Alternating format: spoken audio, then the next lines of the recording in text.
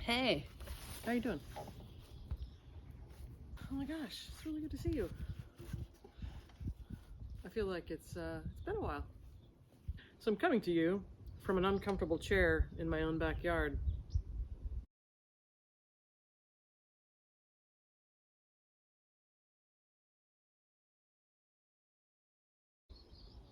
I recently started to pay attention again to what Christians think of queer people. I've been kind of avoiding it for a while now.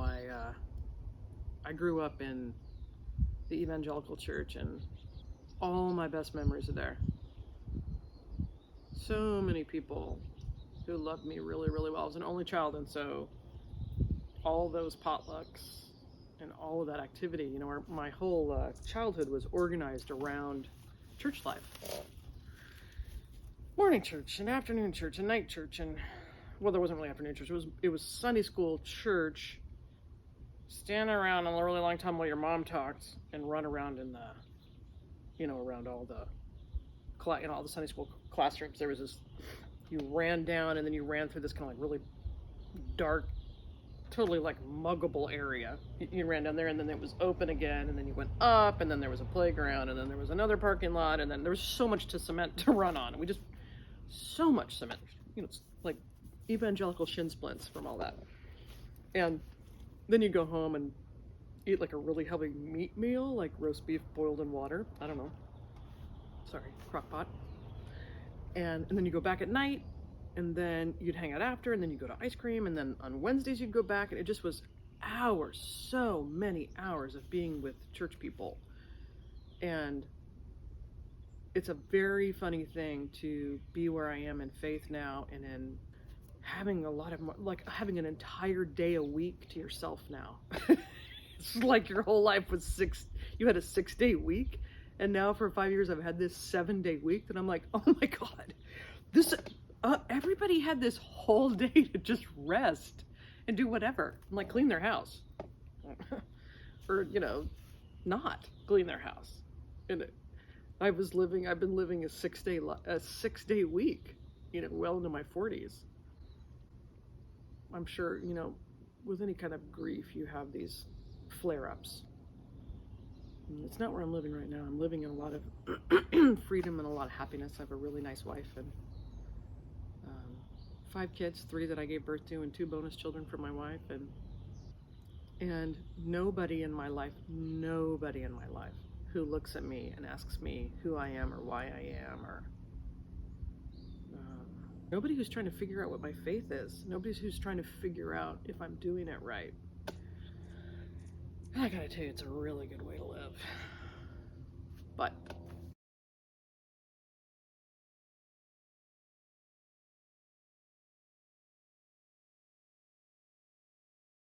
if you can imagine the big gay library of evangelicalism, if there was such a place, and if anybody ever wanted to go.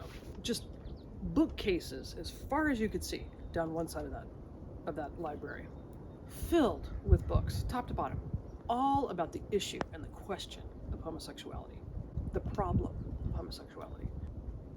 You look to the right, another, just bookcases, floor to ceiling, as far as you can see, empty. The first one has one shelf.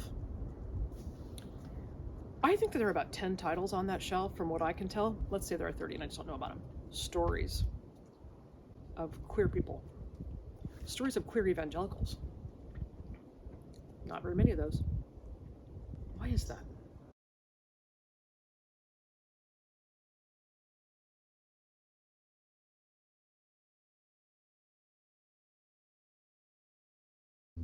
I remember when being in 7th grade, and they told us to research our heritage. And as a middle-class white kid with no ethnic heritage whatsoever, I remember I found out that we were English, mostly English. And so I did this presentation on cricket and scones. It was supposed to be my own family history. And I remember that there was no history in my history. Really what I should have been presenting was like a big bowl of green jello and like a chicken kind of ricey soup based casserole, and then like pictures of a Sunday school picnic where you had like the bad sack races. And you know what I should have done is like showed a cartoon reel backwards, because as evangelical, missionary night kids, we were in this multi-purpose room on the side watching cartoon reels, and the girls would talk for so long that the poor schlep who got stuck with the kids would be playing the fucking cartoons backwards. We were like, do it again. So that's what I should have done. That's what I should have given in the 7th grade heritage presentation. So I don't want to be an evangelical anymore. But that's my DNA.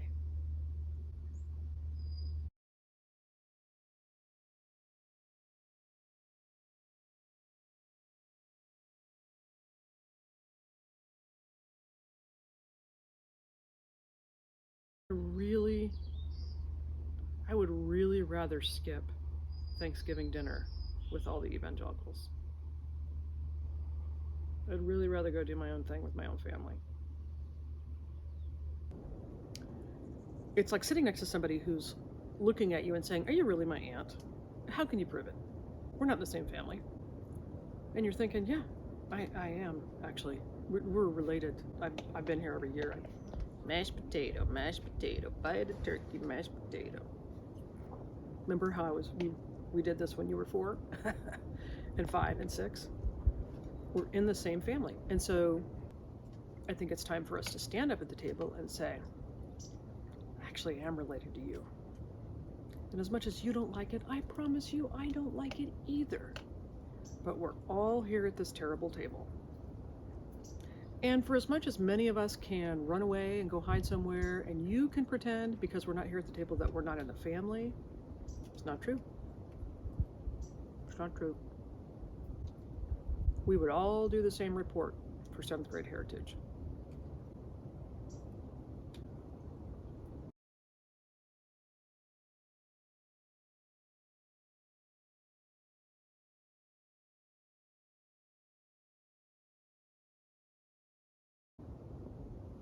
I spent a lot of hours in Sunday school.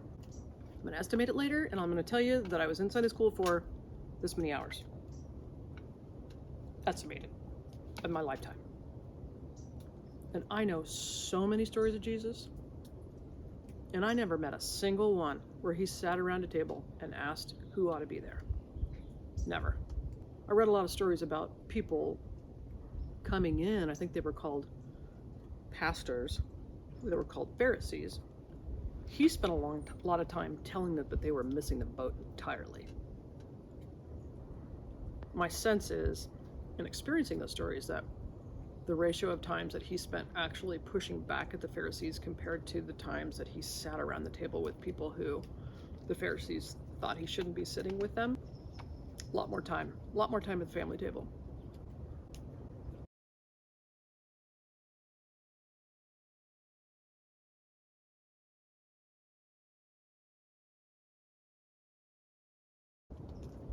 I have a story. It's about not fitting in. It's about being told that I shouldn't be who I am. It's about being so thoroughly convinced that I was doing it wrong that I didn't even know what question to ask. I wasn't hiding. I didn't come out. I came to. Sort of like getting knocked out for most of your life and then like coming to consciousness. Like somebody like splashed water on my face and I went, oh, I'm gay. And I think it's time for us to say, stop asking if it's wrong or right that we're in your family. Start asking me what my story is. Start asking me what my story is. I have a story.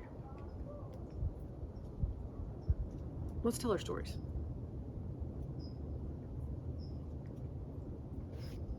I'll do it if you do it. This is Ginger Hendrix, coming to you from an uncomfortable chair in my own backyard. Interestingly, in the misting rain, which, as a lover of metaphor, I adore. Hope to see you next time.